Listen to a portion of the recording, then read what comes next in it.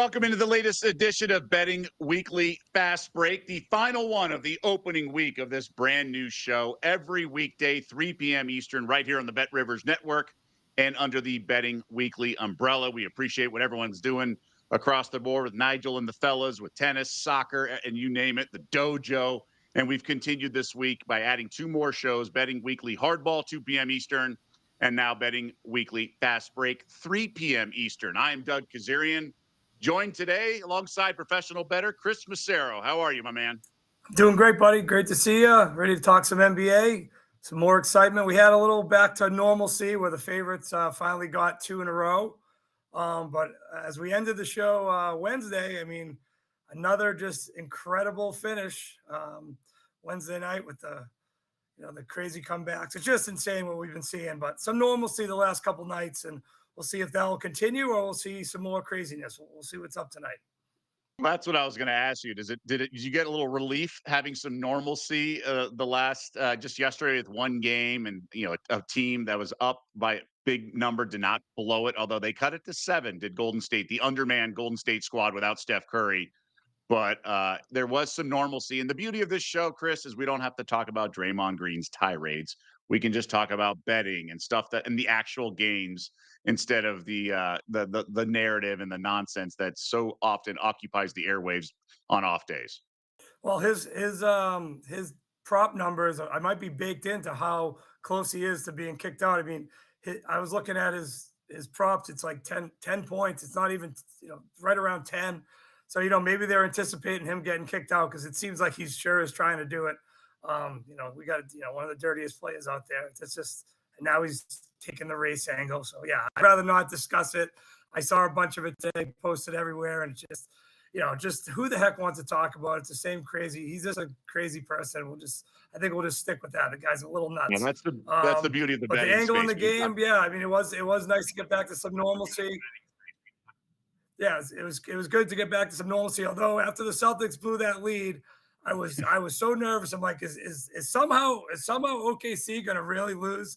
But they put them away early, so that was good. And yeah, last night this 13-0 run by Minnesota start the game. Although they kind of played with their food a little bit, they didn't look like they were as intense as they should have been. When it's a pretty much, you got to get that game. You can't give them another game without Steph. So. Yeah, it was nice to see Minnesota even up the series. And, some normalcy's back. But, there's some interesting spreads tonight where we got, all 4 games coming up. As I mentioned to you off air, it's odd to see 4 road teams all favored, especially when the teams that are home had already beat the teams on the road. So it's peculiar. It seems like the spreads are a little higher than I would have anticipated when I made the numbers in my head after the games ended. I'm very shocked at both the Cavs, even though they're getting guys back, and the Celtics line as being as high as it is. All 4 road teams favored, and all by virtually the same number. So that's kind of compelling as well. And it's not 1 or 2 like we sometimes see. But I don't want to pull too many muscles, patting myself on the back. But we had a good showing yesterday, 6-1 on all my plays, with the only loss a 0.1 unit, 30-1 long shot. Just threw it out there as a flyer. So. I don't think games are going to be as easy as the home team in game 2 after losing game 1 and some of the first quarter, first half, some props, but we wish they were all. But up nearly 5 units yesterday. Let's hope to build on that. I want to start with game 2 of tonight's doubleheader because I think it's a really compelling situation with the betting favorite plus 125-ish to win it all. OKC just went up to 5.5 or 6 now. The Thunder are favored at the Nuggets. Obviously, a beatdown in game 2 to even up the series 1-1. And Jokic kept in check a little bit, but obviously Denver should have a much different performance. How are you seeing tonight's game? Well, someone asked, who knows I have the OKC tickets. And he's like, oh, when's the game? And I go, the game is Friday, which I thought favored OKC tremendously due to the fact it's a quick turnaround versus a team that doesn't have much depth. So I know it's tough to go against the home team. And I know it's tough to go against Jokic, best player in the world. But if I don't have a bet on this game due to the fact that I need OKC for the to make the finals. But for me, I would lean OKC off a short turnaround, deeper team, younger team, more athletic team, and I could see if they play that up tempo style and they can get out early like they did the other night, Wednesday night, it's going to take a huge game from. I mean, obviously the Joker is going to have his big game, but someone else is going to have to step up. So if you think Denver can hang around, you might want to look at some Aaron Gordon over or Jamal Murray over props, because one of those two guys is going to have to show up big time for Denver to have a chance to win this game.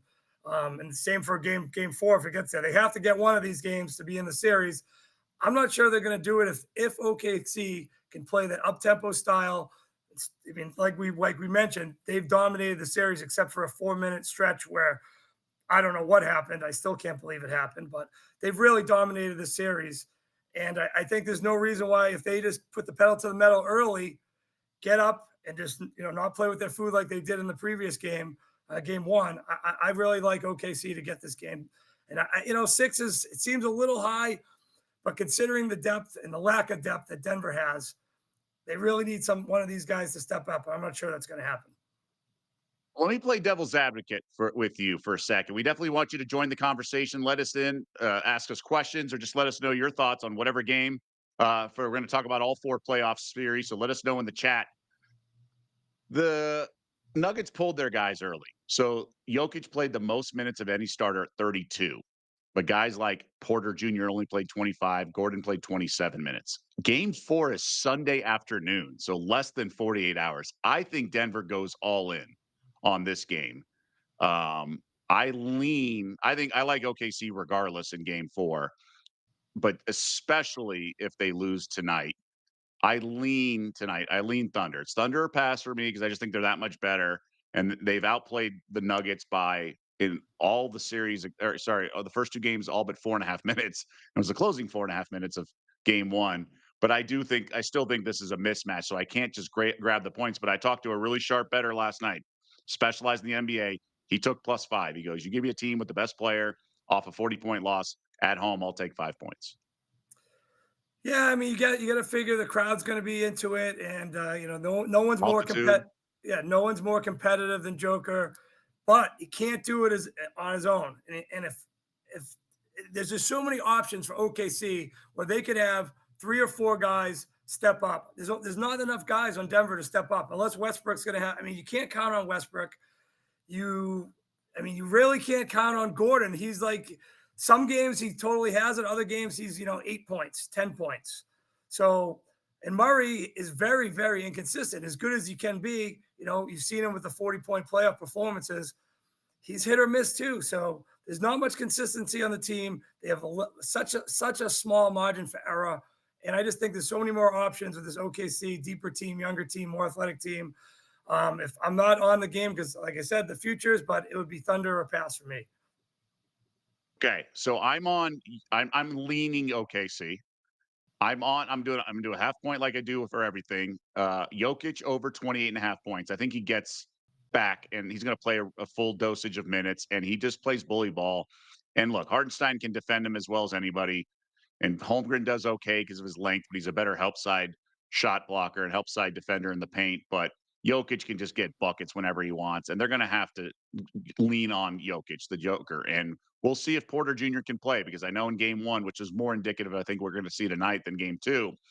But Adelman, the interim coach or the new coach in Denver, he relied on the more athletic, the more better defensive minded guys like Watson and things like that, much more than MPJ. So I'm also going to do a same game parlay. I did really well with this yesterday. I'm just going to do it pretty easy. Westbrook at least 10 plus points, so it's juicy. So same game parlay with Aaron Gordon at least 15 points, and those two together is -103. So I think if Jokic doesn't get there, he's going to have a supporting cast. To your point, Murray's also. If Murray is a 40 bagger, so be it. But those two, I think I think I have a good chance of going 2-0, but I really think it's 1-1 at worst, and the juice is like -103 or -105. So I think that's a good way to play it. And I wish I was incorporating more of my game angle into the props. I need to be better at that. Like last game, I thought there'd be a blowout. I was on the Thunder first quarter, first half in game. So why am I betting Jokic over when I think he could get pulled in a blowout? So that was a bad move. So that was a mistake on my end. Hopefully, I won't be making similar mistakes. But any props Well, catch your eye, or at least leans?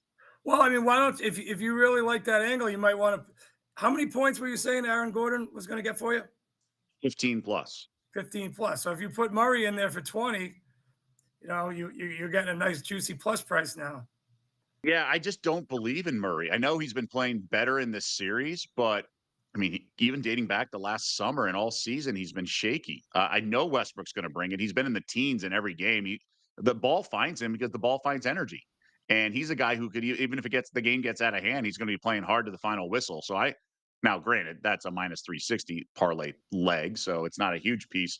But Gordon's a difference maker, and I think we forget about this because he's now been in Denver a few years, but when Denver traded for Gordon, everyone was like, "Oh my God, that's the perfect guy to play for against alongside Jokic. He runs the baseline, he dunks, he's athletic, he can guard bigs, dispel Jokic, he can shoot the short corner three. He literally is the perfect guy to play alongside Jokic with his athleticism and his willingness to do everything. So I think there's just a connection there, and he's just going to get easy points and find the rim. And to your point, I think the crowd's going to be involved. So I think it's a good spot to like anticipate some action from some of the Nuggets role players. Would you think he had 22 the first game, granted 2 came the last, he just got over the 20 on the last shot, but if you can get 20, it's plus 160 on Gordon. You combine you get 20 with Gordon and you get over Westbrook, and now you're looking at a plus 250, Right. I see it now. Okay. Maybe I'll chop it up. Yeah, get Quarter unit aggressive. on each. Get aggressive, Doug. Come on. I know. I like just grinding out easy wins, though. If it's like yesterday, I had a plus 106, but to your point, I hit a plus 255 parlay. So that did feel nice to hit a 3-leg same game parlay with ease. So, well, one of these guys has to step up. I mean, you're home. The others have to come to play at home. So one of them has to show up. It's either Murray or Gordon, unless you think Westbrook's going to have a huge game. But one of these guys has to get 20 points, Jamal Murray or Aaron Gordon, if they have any hope to contend in this game. So, you might want to add both of them. It's interesting, and then you throw in Westbrook as the easy, almost free square that he's going to get the 10 points. But I like your angle. I think so. He'll be open. If he's not getting to 10, then he'll still be open. So one way or another, he should get there. Let's go to game 1 of the doubleheader. Pacers. This line's trickled up as we've learned received some injury news. Point, 2, 3, 4. We're at 5, 5.5 in the market right now. I'm currently looking at the Bet River site. It's -5, -113. Cleveland road chalk. So they're basically, remember, at home in game 2, they were only 5.5. Now it's 5.5 now on the road, but Mobley's expected to play, Garland's expected to play, and so is DeAndre Hunter. So all 3 guys who missed game 2 are expected to play. They did attend shoot around. Must win game. Desperation for the Cavs. And do we think a little bit of relaxed for Pacers? I'm not quite sure to go ready to say that, but man, this number feels a little high. But zigzag theory screams Cleveland here. Yeah, but you're going back to Indiana. If you were going back to Cleveland, I could see this huge tax you're paying, but you're paying a huge tax at Indiana. And correct me if I'm wrong, these teams have played 6 games this year, and Indiana's won 5 of the 6 games. And I know a couple of them at the end of the year was, I don't know if it's got teams. Is that correct? They've won 5 out of 6? I don't have, I can look at the game log, but yeah, obviously they've won games 1 and 2. Now, game 2 was a little fluky, right? Cleveland led the entire time, 7-point game with a minute to go, and somehow the Pacers win in regulation, no less. Yeah, I don't know. I just feel like this line is just okay. Put it this way: There's a tax, no doubt. Say Cleveland had won one of the games at home, and now they're going on the road. Are they laying 5.5? Or if they won the first 2 games, and they're going to Indiana, wouldn't the spread be like Indiana by Pacers 1.5? won. Yeah. I just think I haven't bet this game yet. Because I don't need to bet it because I have Indiana to win the East at 25-1. So, but if I was going to bet this game, I would definitely be taking the value with Indiana. You're at home getting 5.5 points versus a team that has 3 guys coming back. Granted, it's great to get them back, but are they going to be in game? I mean, they've been out for a week. Are they going to be in game shape? Are the injuries lingering? I heard this toe situation with Garland is a lot worse than people originally expected, that he was supposed to pop right back. Sometimes he's like whatever the toe is, like the turf toe in football. Sometimes it's a lot more extreme. It's limits their mobility. So I'm a little concerned. To lay five, you're gonna have to win by 6 points on the road. That Indiana place is a tough place to play. They have a great home court, and Indiana's playing great. Indiana's a good team. It seems like they're the most disrespected team, even from the beginning of the Eastern Conference playoffs. They're 25-1 to win the East. They played Boston really good last year. They're not afraid to play Boston. Halliburton got hurt. I can't believe this line is what it is. I don't think it makes any sense, because if Cleveland had won the first two games, the Pacers would probably be favored here. So Right, but the it just Pacers would seems be extreme. Now playing with Cleveland can win the game. desperation, I just where Cleveland's. I mean, we've seen. Look, to your point, the tax was too high for the Celtics in Game 2. It was 10.5, 11, but it wasn't too high for the Thunder in Game 2. We've seen the tax. I mean, obviously there was no taxable number for the last night's game with the Warriors and T-Wolves. So sometimes the tax. So there was a game in the first round. I'm trying to think of it, where the line went from like 5.5 to 6.5, and it landed 6. Was it the Clippers in Game 6? Yeah, it was the Clippers in Game 6, where they were coming home down 3-2.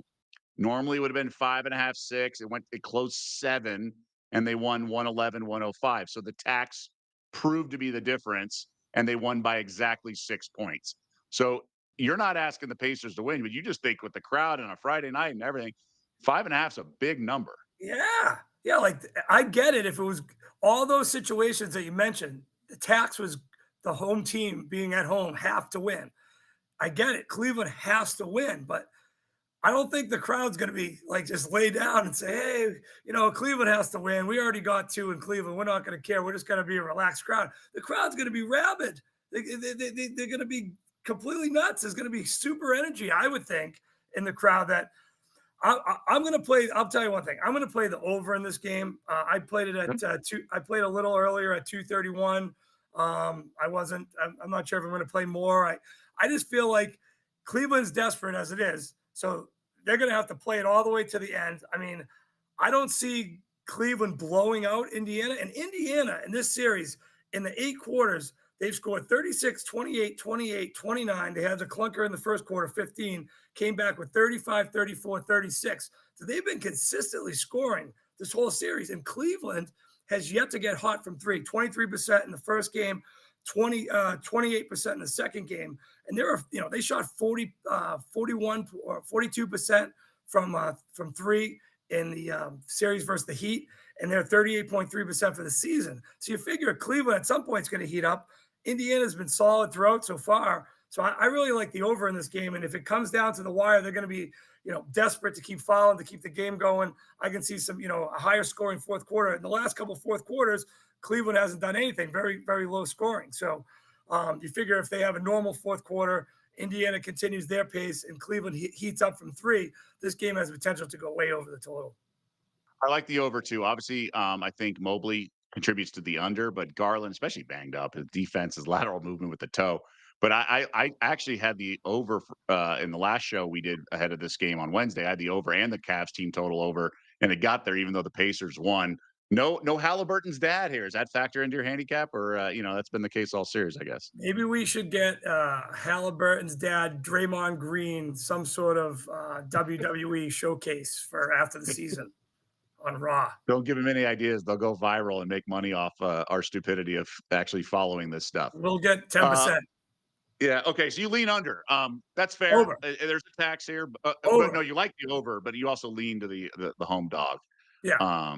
But you're on the over. As you know, the playoffs are such a leap of faith. You just have to kind of bet what you didn't see and things like that. I'm very curious to see how this plays out, but I don't think there's a series more compelling than the Celtics and Knicks right now, given the Atlantic Division rivalry, Boston, New York rivalry, how these games have unfolded and the collapses for each. We now have a pick 'em series at Bet Rivers at -110 each side, even though Boston is down 2-0 and only has 2 more home games left in the series at best. And it's just remarkable, but they've been up 20 in the second half of both games. They're playing scared. They look like a field goal kicker who's missed 2 kicks in the wind and snow, and they're walking out for another attempt. It's just all over the place, and the talk Talk radio is going bananas in both cities. You're a Celtics fan, a Boston native. What on earth do you expect tonight? Well, when the game tipped off the other night, I immediately noticed, and you noticed it too. We texted right away that Tatum had a wide open step into it 3-point attempt from in the first minute of the game. And he was immediately nervous and he looked and he passed it to Horford. They fumbled it around. It was a turnover. And I'm like, what is going on? He's already nervous. I could just tell. And there was something off with him. He missed 2 layups. He missed a couple. His shots weren't even close to like they weren't even hitting the rim. They were hitting the side or the underneath of the backboard. And it was just something going on. He had 2 points in the first half. And I said to myself, I'm like, texting with a few friends, and they're like, they get a big lead, it'll be fine. And I go, if they don't figure out what's wrong with Tatum pretty soon, there's a good chance they're going to get swept. And they were like, no way, they're not going to blow this game, this and that. And sure enough, you could just see it happening. They had 84 points, and they were just stuck on 84 for so long. They had that turnover when Tatum and Brown had the 2-on-1. Tatum throws it out of bounds. Tatum comes down again. He does that ridiculous alley-oop to Porzingis that had no chance. Then he doesn't run back on defense. Wide open three for the Knicks. I mean, I think the Celtics missed like 13 or 14 straight shots. How do you not just go to the rim? At some point, you have to just to break the game up, because the coach doesn't use timeouts. It's like John. He's like a John Calipari. Does not call a timeout in a massive run. Makes no sense. Just to like stem the tide, You got to get to the free throw line, and to have Jason Tatum only attempt 2 free throws when he's supposed to be a superstar player. Could you ever imagine Michael Jordan or Kobe Bryant, his idol, not getting to the line more than 2 times in a must-win home game when you're supposed to be all NBA, first team all NBA player? It just blows my mind. And I'm not sure who's more to blame. Is it Tatum? Is it Brown dribbling off his leg? Is it Joe Mazzulla, who refuses, like I mentioned, to call timeout? Or on the last possession, at least get more shooters on the court. He's got Al Horford on the court. What is Al Horford going to do in the last 10 seconds of a game? He's not going to get the ball to shoot. He's not going to take anyone off the dribble. He's kind of useless out there. He should have had Pritchard in the game. Tatum knows he's going to get triple teamed, double teamed. He's got to be able to kick it out to a shooter for 3, or just someone that can knock down shooter. And it's just sad. Like if they had gotten a few more free throw attempts, or Tatum missed 1 or 2 less layups, they're going to win the game. But it's just, I don't know, the nervous energy you can see with this team. So what do you see tonight? What do you see tonight? That's what we need Sorry to to know. ramble. It is frustrating. I thought when the game ended, I immediately checked. I was texting, looking at different, people were texting me, what do you think the series price is going to be? Oh my God, the Celtics are still favored. And then I see the line come up at 5.5. I go, this makes no sense to me. I know the Celtics could catch fire, but that atmosphere at MSG is going to be absolutely ridiculous. I played a parlay last night, Minnesota first half money line, and I played it with the Knicks plus 5.5. And, maybe at some point during the game, I have a little extra equity because of the parlay. I might look for the Celtics live at some point, but getting 5.5 versus a team with some of these really clutch players, Brunson's been great. And hey, you know what? The Knicks haven't even had a great game yet. What happens if Brunson drops 40 on Saturday? Right. They haven't played. You can talk about, hey, the Celtics played really good, but hey, the Knicks didn't play that good, and they're 2-0 in the series. So what happens if it's the Brunson game where he has 42 and he's unstoppable, and the Garden's rocking, and Tatum, is folding like a cheap suit? I'm going to just take I like it. I'm taking the 5.5. I think it's a total tax. If the Celtics had won the first 2 games, I think this spread is closer to Celtics 1.5, 2.5. If they split, the same thing. Tops 3.5. 5.5 is just a lot. The Celtics might win, but I think the value is taking the Knicks plus 5.5. Hottest ticket in the history of MSG in like a couple decades. So I just think it's too much. I just can't believe it's 5.5. So I'm gonna be on the Knicks. I lean that way too. I'm just so fascinated. I still think the Celtics can win the series. I'm waiting for that proverbial switch to be flipped, but the Porzingis illness thing is a serious factor. And to your point, down the stretch, too much ISO ball, and they aren't isolating the right mismatches, and it's just not going the way they need it to go. And so I do think there's an element of concern for Boston. I was very confident going into the last game because they blew a 20-point game, blah, blah, blah. But there's something off, and I don't know if Tatum's not healthy. Maybe Steve Kerr was right all along with the Olympic substitution patterns. It's just not feeling right. And but Chris, you've been on top of it all season. You said they caught a lot of breaks last year in the postseason run. This team's not that good. Missoula, you remember he almost got fired a couple years ago, or at least a lot of people wanted him fired. And the Knicks are a very good team. They just couldn't get over the hump in the regular season, but guys are playing better. Ananobi's playing excellent offensively. Bridges had a fourth quarter out of nowhere, and Brunson is the best player in the series. So it feels like a lot of points, plus 5.5. Yeah, and it's like you mentioned the ISO ball and the Tatum's, dribbling around. And for some reason, I know OG is a tremendous defender, and it feels like Tatum wants nothing to do with him. Like a lot of people have talked about how Dort is on certain defender, when he's defending certain guys like Harden, Harden doesn't want anything to do with Dort.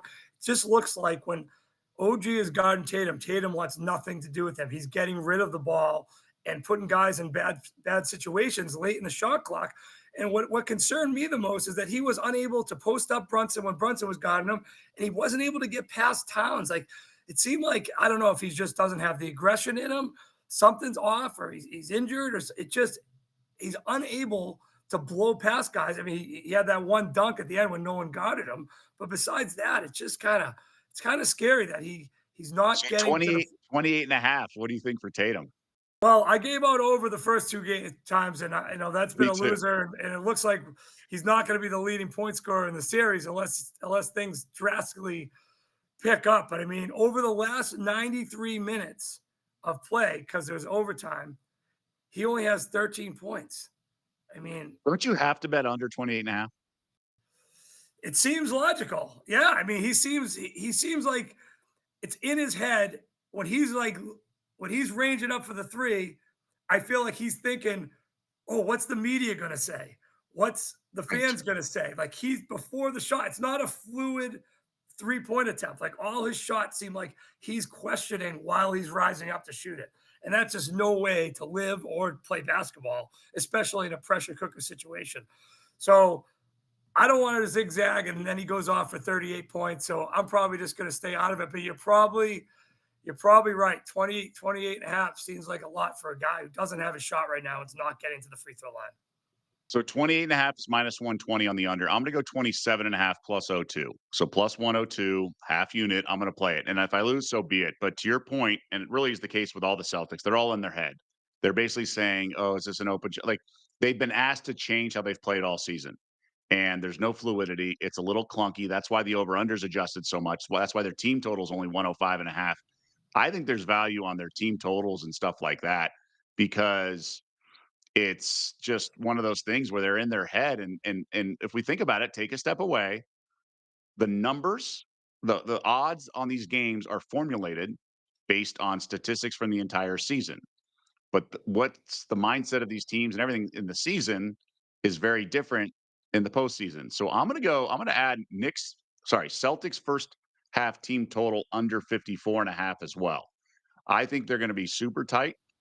Um, I think they're measured with their possessions too much now. There's no fluidity, and I think it's just a clunky, uh, lacking rhythm of their offense across the board. Yeah, I agree with you. I'm going to also add, and even though I like the Knicks, and I want to ask you, maybe because maybe I'm crazy, but can the Knicks win this game, say the same way they just won the last game, 92-91 or 96-94? Because Yeah, I I'm think going to go. so. Because I'm going to go with the. I mean, I have to keep betting this because it's 18-5 this year. When the Celtics lose, the opponent's team total under is 18-5. So the Celtics have lost 23 times. They come back with a strong defensive effort. I still like the Knicks because I think it's going to be a scrappy, tough defensive game. And there's no, I don't know, there's no light at the end of the tunnel where it says, oh yeah, the Celtics are all of a sudden going to catch fire. Because I think Orlando figured something out to defend them. And whatever the Knicks are doing, they're doing it well too. I mean, to shoot 25 of 100 threes, there's definitely something in the head. I mean, you laugh because it's so ridiculous.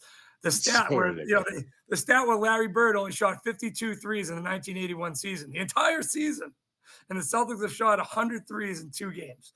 So I'm going to play the Knicks plus 5.5. I have that with the parlay already halfway in, and I'm going to take under. I'm looking for 100. I see 99.5 everywhere.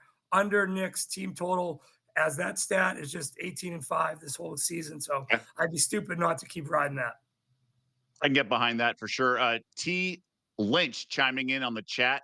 Derek White, over 20.5 points plus assists, continues to cash. Got to keep riding it. And I can see that. White's the one guy who seemed unaffected by the narrative, the talk away, all the hoopla surrounding the 103 or the game one 63-point attempts. So I agree. Derek White seemed like the veteran who took it in stride, and he was very kind of smooth with his offense and his 3-point shot. Now this on the road, a little different, but I certainly wouldn't bet under. But I can support the over 20.5 points plus assists. Yeah, when I see him shoot, he's more of a rhythm guy, and he seems to be the only guy, Pritchard as well, who's shooting their threes in rhythm. Tatum and Brown, every shot seems like it's clunky or mechanical, and it's just not smooth where they just step into it and feeling it and then knocking them down. Even Pritchard hit that one, the deep one where they called the foul and it didn't count, and he shot it afterwards. They're just going to see a few more go through the hoop, and I hope Tatum and Brown scrap the threes, just get to the hole, kick it out to the guys who are more comfortable shooting the threes in rhythm, White and Pritchard. One of these games, these guys are going to start, they're going to fill it up. They're going to hit their 5 threes. So I might look to a couple props, small bets. I haven't really delved into the market yet with Pritchard or White over their 3-point totals, because one of these guys is eventually going to catch fire. Okay. Good stuff. So we'll get you down. Let's go to the fourth and final game of this 2-day stretch with the 4 remaining series. Minnesota waxed Golden State, must-win situation, get the win, 1-1. Now they head home. On the road. T-Wolves are 5.5. 200.5 is the total. Minnesota is a road favorite here. Still no Steph Curry, and I just really torn here. I lean T-Wolves. I do think this series heads back to Minneapolis 2-2. So I want to bet on whoever loses game 3 tomorrow in game 4. So I think I might pass, but I lean T-Wolves here. If anything, I would maybe lean the under in this game. I'm not sure where the Warriors offense is coming from. T-Wolves is a pretty good defensive team, and we've seen the Warriors, they're giving maximum effort, above and beyond effort. Steve Kerr, great coach. I'm not a Steve Kerr fan per se, but he really gets the most out of his guys. Sometimes too much out of our boy Draymond. So I can see this game. I can see this game being this, scrappy type of, low scoring. It's not going to be a high energy type of game, because just the only way the Warriors can kind of play it is to muck it up as much as they can. And the T-Wolves, again, have a great defense, and the Warriors don't have many offensive weapons. So unless like Pod or, Hield really fire it up from 3, I could see this game being, an under. I'll probably be on the under in this game when we get there. Yeah, it's hard to imagine Minnesota pouring in 117. They obviously had a bounce in their step to start the game, just given the desperation situation. They jumped out 13. But I will say, I think this, like the ragtag guys, the second unit and things like that, can get some points if Minnesota especially is not super locked in. I lean over, but it's like max they're going to score is 208 or something like that. It's not going to fly over. So it's just like a torture. That's why I don't bother betting. But to your point, Hield's keeps going off at some point. That's not going to happen. But after that 15-point first quarter, I thought the Warriors held their own offensively. It's hard to put too much stock in the fourth quarter because it was a blowout by then. But the second and third quarters, they kind of held their own right on the number. But I thought Minnesota also played really well offensively, shot 43% from downtown, over 50% overall. And I do not expect that on the road in game 2. Sorry, 3. Yeah, Minnesota just needs to lock in a little bit more. I didn't like their reaction after the first game. They were all laughing and joking at the press conference. And even yesterday when they got up by 13, it was kind of still a little bit lackadaisical. Fitch had to call a couple of timeouts to get the guys riled back up. And yeah, got cut to 7. Yeah. I don't know. I feel like they're a very they're an immature. Can I say that immature team? Like Ant's awesome, and Yeah, he's going to I be think the so. face of the league at some point, but he just seems he's still a little bit immature with his antics, and they have the opportunity to end, get the series over with before. I mean, I don't think Steph's coming back. It's tough to come back from a hamstring, but you sure as hell don't want him to be coming back game 6 and 7, and somehow you're down 3-2, or it's 3-2 in your favor. You don't want that possibility to happen. So if I'm Minnesota, I'm going all out to try to win both these games and end the series in 5 coming back home, because you don't want the possibility of Steph Curry coming back. I just think emotionally and whatever he can offer at that point, that's a lot for Minnesota to overcome at that stage if they're this immature team. That's why I would try to get both these games up in the Bay Area. Free Sauce chiming in the chat, and we want you to join the conversation. So please do let us know your thoughts, or especially if you have any questions. He's going back to the well, Ant over 12 and a half rebounds plus assists. I can certainly get behind that. I think he's going to play the entire game. I think this game will be much tighter as opposed to sitting the back, half of the fourth quarter and playing limited minutes like he did in game 2. So game 3, I think we're going to see a game that the starters play the usual 40 plus minutes or whatever, 38 plus minutes. And Ant's been filling up the stat sheet. I do think there's no rim protection for Golden State. So a guy like Edwards attacks, and yes, he's finding guys open for 3, but he's also got open layups. Now, rebounds are available as well. So I can see Ant getting there. He knows they're at their best when he's not shooting like 10 threes and all the guys are getting involved in the offense. So I can certainly get behind that. So that was a good question by Free Sauce on that front. One interesting note, Randall, I believe, was plus 650 to be the game's leading scorer. He was the game's leading scorer yesterday. Now, again, that was a blowout. So you have some variance in that regard. Josh Hart was 100 to 1 to be the leading scorer in game 2.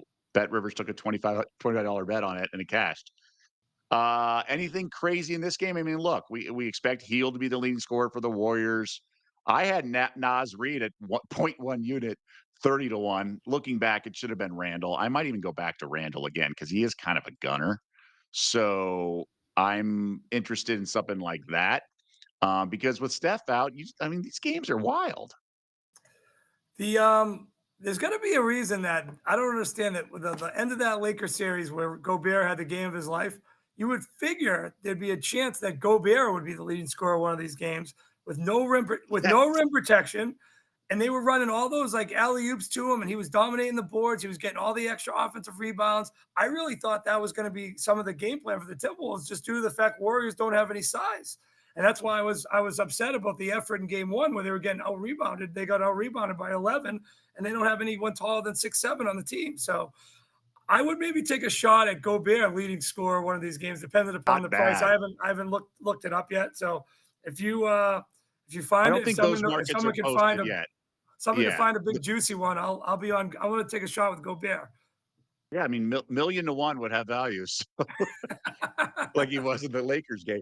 That is great, though. You're right. There is that potential. I call it the Barbara Walters. He had the 2020 game. So that's something that could unfold if they're just going to leave him open and run to the shooters.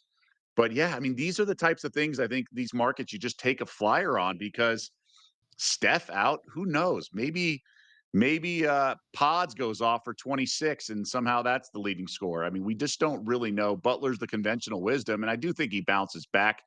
Although think I don't think I think playoff he, Jimmy's a little embellished, he but he's still doesn't obviously he doesn't good. take enough shots, really, Jimmy Butler. He just doesn't. He's not a volume guy. He's really He pump clutch, and fakes he's a lot. yeah, that is true. But hey, let's go Rudy Gobert. Find me a 50 to Okay. 1. Okay, we'll look into that. Maybe I think those indices are posted tomorrow on game day. We'll see. We'll see. I don't see them right now, but I see the over under props, things like that. All right, so we have a slew of plays, not a ton like yesterday. I went all in on the T Wolves across the board, but I like Jokic over 28.5 points, -05. Same game parlay, Westbrook at least 10 points, and Gordon plus at least 15 points, -103. And then in the Cavs Pacers game, I just lean. You're officially on the over 231 in that game, and also on the Knicks under 100.5 points team total. I'm on Tatum under 27.5 points plus 102. And then Celtics first half team total under 54.5 minus 118. So it's a big juicy. And the Celtics team totals are skewed, and I don't have to worry about free throws. And that's why I'm doing first half and not game, because the game total is 105.5. And then free throws and things like that. I think this tightness, I think the crowd's going to be just pandemonium tonight. So I do like the under in the first half, especially for Boston. And then there's also the higher number, it's 54.5 versus 105.5. Yeah, I'm gonna be I have that Knicks, the parlay with the Knicks plus 5.5. I haven't bet the Pacers yet, but I would lean Pacers. I just think that number is so overinflated, and we're not sure what we're gonna get from the 300 guys on Cleveland. I do like the over because I feel like if Cleveland is gonna win, they're gonna have to heat up from three. They've been subpar from three so far this series, and I also think if they are trailing, it's gonna be fouled to the death because it's a must win 100%. So yeah, under Knicks team total, Knicks plus 5.5, lean Pacers plus 5.5, and over in the Pacers Cavs game 231. If you want to bet Josh Hart, the market is adjusted at 75-1 now. Oh, nice. 75-1 for that series. You'd be the leading scorer. But, in terms of leading rebounder and all that, that has not been posted. And I stand corrected. Rudy Gobert, 150-1. It has been posted. Interesting. Randall's plus 600. So that's adjusted too. That may not be a bad play. Randall again, just because he's a gunner. And if the matchup is favorable, then I think he'll get his licks in. But all right, my man, good stuff. 3 times on the NBA show this week. We'll get you on baseball next week, because I know you've been hot on the diamond as well. You were on the D-backs yesterday. I was the square on the Dodgers. So good stuff across the board, and really fun having you on the show this week, my man. Oh, it was awesome, Doug. I love doing it. Love talking sports. Love gambling talk. It's what we do anyway, so might as well do it and share it with everyone else, right? You got it. All right. That's going to do it for the opening week of Betting Weekly Fast Break. Again, every single weekday, 3 p.m. Eastern, noon Pacific, right here on the Bet Rivers Network, on the Betting Weekly umbrella. Also, we launched Betting Weekly Hardball as well, 2 p.m. Eastern, 11 a.m. Pacific. Good stuff across the board. Just an extension of the awesome, awesome content and platform that's already existed for Betting Weekly with Nigel and everyone else. And we wish everyone good luck this weekend. And we'll see you back here on Monday for both Betting Weekly Hardball at 2 p.m. Eastern and Betting Weekly Fast Break. For Chris Macero, I'm Doug Kezirian. Good luck to everyone this weekend.